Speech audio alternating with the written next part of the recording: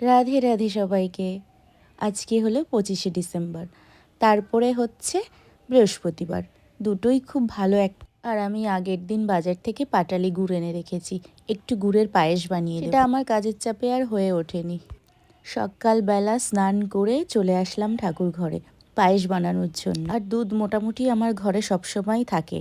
সবসময় দুধটা রাখার কারণ হচ্ছে আমি যখন তখন আমি গোপুসোনাদের কিছু একটা বানিয়ে দিতে পারি, সেই কারণে আমি দুধটাকে রেখে দিই। আর আমার গোপুদের তো দুধের জিনিস খুবই পছন্দের। তো দেখো, দেখতে দেখতে আমার তো পায়েস বানানো হয়ে গেল। এরপরে আমি গোপুসোনাদের স্নান করিয়ে নিলাম। লাড্ডুকে গোপুকে দুজনকেই স্নান করিয়ে কি সুন্দর লাগছে, তাই না?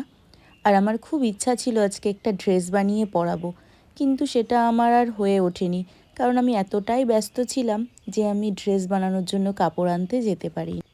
তাছাড়াও আজকে একটা বিশেষ দিন। আমার জীবনের সমস্ত ভালো খারাপ দিনগুলো আমি সব সময় গোপুসোনাদের সাথে শেয়ার করি। আমি সব সময় সেই দিনগুলোকে গোপুসোনার সাথেই কাটাই, সেটা ভালো হোক বা খারাপ হোক। আজকে আমার জন্মদিন, গোপুসোনার কাছে এটাই চাইবো শেষ নিঃশ্বাস পর্যন্ত যেন তোমার সেবা করতে পারি।